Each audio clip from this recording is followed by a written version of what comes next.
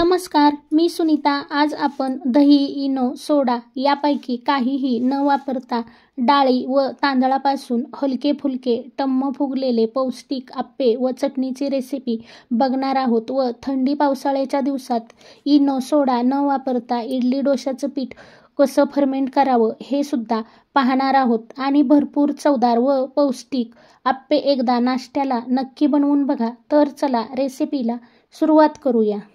हलके फुलके पौष्टिक आप्पे बनवण्यासाठी इथे मी 1 वाटी रेशनचे तांदूळ घेतले आहेत। या ठिकाणी तुम्ही घरातील कोणतेही जुने तांदूळ घेऊ शकता। अर्धी वाटी चणा डाळ घेतली आहे, अर्धी वाटी मूग डाळ घेतली आहे, अर्धी वाटी उडदाची डाळ घेतली आहे, अर्धी वाटी मसूर डाळ घेतली आहे। या सर्व डाळी घालून जर आप्पे बनवले तर आप्पे खूप चवदार लागतात व पौष्टिकही बनतात आणि आपल्याला भरपूर फायबर आणि प्रोटीनही भेटते। तर आता 1 चमचा मेथी दाणे घालायचे आहेत। मेथी दाण्यामुळे आपले पीठ छान फर्मेंट होण्यास मदत होते व पचनही छान होते। आता हे सर्व मिक्स करून घ्यायचे आहे आणि याच्यामध्ये पाणी घालून 2 ते 3 पाण्याने स्वच्छ धुवून घ्यायचे आहे। डाळ तांदूळ स्वच्छ धुवून झाले की याच्यामध्ये डाळ तांदूळ बुडतील एवढे पाणी घालायचे आहे व याच्यावर झाकण ठेवून 5 ते 6 तासासाठी भिजायला ठेवून द्यायचे आहे। आपले डाळ तांदूळ भिजत घालून 5 ते 6 तास झाले आहेत आणि आपले डाळ तांदूळ छान भिजले आहेत। आता यातील थोडे थोडे डाळ तांदूळ मिक्सरच्या भांड्यामध्ये घालून याच्यातीलच थोडेसे पाणी घालून छान बारीक वाटून घ्यायचे आहे। तर बघा, जसं आपलं डोश्याचं पीठ असतं त्या पद्धतीने हे पीठ छान वाटून घेतलं आहे आणि हे पीठ एवढं पातळ ठेवायचं आहे म्हणजे आपलं पीठ छान फर्मेंट होतं, जास्त घट्ट करायचं नाही। तर बघा, सर्व डाळ तांदूळ वाटून झाले आहेत आणि हे पीठ जास्त पातळही नाही किंवा जास्त घट्टही नाही, या पद्धतीने तयार करायचं आहे। आता थंडी पावसाळ्याचे दिवस आहेत आणि आपण इनो, सोडा काहीही न घालता पीठ छान फर्मेंट करून घेणार आहोत। तर त्यासाठी इथे मी 1 चमचा मीठ घालणार आहे। मीठ घातले की आपले पीठ छान फर्मेंट होते। आता चमच्याने हे मीठ या पिठात एकसारखे असे हलवून घ्यायचे आहे आणि एकाच दिशेने 2 ते 3 मिनिट फेटून घ्यायचे आहे म्हणजे या पिठातील सर्व हवा निघून जाते व पीठ फर्मेंट होण्यास मदत होते आणि पीठ छान हलके फुलके तयार होते व आपले आप्पे सुद्धा छान जाळीदार तयार होतात। 2 ते 3 मिनिट फेटून घेतल्यानंतर आता याच्यावर झाकण ठेवायचे आहे आणि उबदार ठिकाणी म्हणजेच किचन कट्ट्याखाली रात्रभर हे पीठ ठेवून द्यायचे आहे म्हणजे पीठ छान फर्मेंट होते, कारण सध्या पावसाळ्याचे वातावरण आहे। तर बघा, दुसऱ्या दिवशी सकाळी तुम्ही हे पीठ पाहू शकता किती छान फुगले आहे, मस्त फर्मेंट झाले आहे। असे रात्रीच पिठामध्ये मीठ घालून ठेवले की पीठ छान फर्मेंट होते, इनो किंवा सोड्याची गरज लागत नाही। आता हे पीठ पळीच्या साहाय्याने एकाच दिशेने असे पुन्हा छान फेटून घ्यायचे आहे। तर आता आपण आप्पेसोबत खाण्यासाठी एक झटपट चटणी बनवून घेऊया।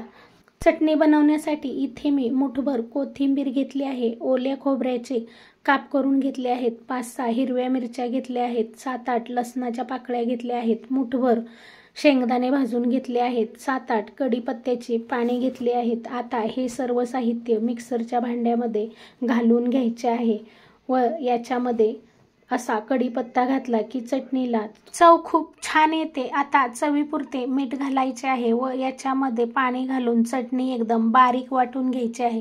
जेवढी तुम्ही चटणी बारीक वाटून घ्याल तेवढीच चटणी खायला सुंदर लागते। तर बघा, इथे ही चटणी अशी छान बारीक वाटून घेतली आहे। तर आता या चटणीला आपण तडका देऊन घेणार आहोत। तडका देण्यासाठी इथे माझ्याकडे छोटी कढाई आहे, ती गरम करून घेतली आहे। आता याच्यामध्ये 1 चमचाभर तेल घालायचे आहे आणि तेल छान कडकडीत गरम झाले की अर्धा चमचा मोहरी घालायची आहे। मोहरी छान तडतडली की अर्धा चमचा जिरे घालायचे आहे। जिरे मोहरी छान तडतडली की गॅस बंद करायचा आहे आणि चिमूटभर हळद घालायची आहे व 5-6 कढीपत्त्याची पाने घालायची आहेत आणि ही फोडणी या चटणीमध्ये घालून घ्यायची आहे व ही फोडणी चमच्याने या चटणीमध्ये मिक्स करून घ्यायची आहे। तर इथे आपली मस्त अशी ओल्या नारळाची खमंग चटणी तयार झाली आहे। ही आप्पे सोबत खायला खूप छान लागते। तर आता आपण आप्पे तयार करून घेऊया। आप्पे बनवण्यासाठी सुरुवातीला आप्पे पात्र गरम करून घ्यायचे आहे आणि असे ब्रशने किंवा चमच्याने या पात्राला तेल लावून घ्यायचे आहे, म्हणजे आपले आप्पे छान टम्म फुगले जातात व आप्पे पटकन उलटले जातात। आता कढईपासून पीठ या आप्पे पात्रामध्ये घालून घ्यायचे आहे। असं केलं म्हणजे काय होतं तर कढईपासून पीठ घातलं म्हणजे आप्पे छान तयार होतात आणि नंतर मध्यभागी घालावे, कारण मध्यभागी गॅसची हीट जास्त लागते म्हणून मधले आप्पे करपतात। आता झाकण ठेवून मीडियम गॅसवर एका बाजूने 2-3 मिनिट आप्पे भाजून घ्यायचे आहेत। 2 ते 3 मिनिट झालेले आहेत। आपण झाकण काढून पाहूया। तर तुम्ही इथे पाहू शकता आपले आप्पे छान टम्म फुगले आहेत। आता पुन्हा वरून थोडेसे तेल लावूया, म्हणजे आपले आप्पे खाताना खूप छान लागतात आणि दुसऱ्या बाजूनेही छान रंग येतो। आणि आता हे आप्पे पलटी करून घ्यायचे आहेत। तर बघा अगदी सहज हे आप्पे पलटी होत आहेत आणि अतिशय सुंदर कलर आला आहे।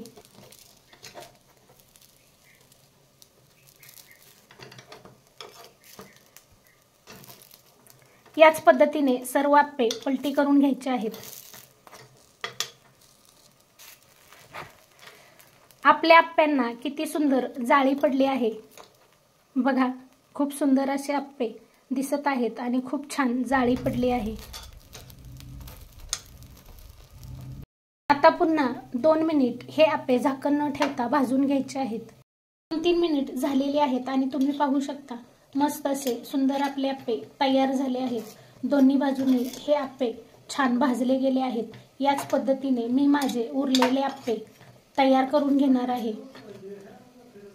तर बघा अतिशय सुंदर असे आपले आप्पे तयार झाले आहेत आणि या आप्प्याला छान जाळी सुद्धा पडली आहे आणि आप्पे थंड झाले आहेत तरी सुद्धा अतिशय मऊ लुसलुशीत आप्पे झाले आहेत। आणि मी तुम्हाला आप्पे तोडून सुद्धा दाखवते। बघा आतून सुद्धा किती छान जाळी पडली आहे आणि व्यवस्थित असे भाजले आहेत। तर या पिठापासून तुम्ही फक्त आप्पेच नाही तर मस्त असा मऊ लुसलुशीत डोसा किंवा इडली बनवू शकता। तर असे हे मस्त मिश्र डाळीचे पौष्टिक आप्पे तुम्ही एकदा नक्की बनवून बघा आणि असे खोबऱ्याच्या चटणी सोबत खाऊन बघा। खोबऱ्याच्या चटणी सोबत खायला खूप सुंदर लागतात। तर तुम्हाला माझी एक विनंती आहे, जर तुम्हाला माझी ही रेसिपी आवडली असेल तर जास्तीत जास्त शेअर करा। याआधी माझ्या चॅनलला सबस्क्राईब केलं नसेल तर प्लीज सबस्क्राईब करा, मला सपोर्ट करा। मला तुमच्या सपोर्टची खूप गरज आहे। एक लाईक करायला विसरू नका। रेसिपी पाहिल्याबद्दल खूप खूप खूप धन्यवाद।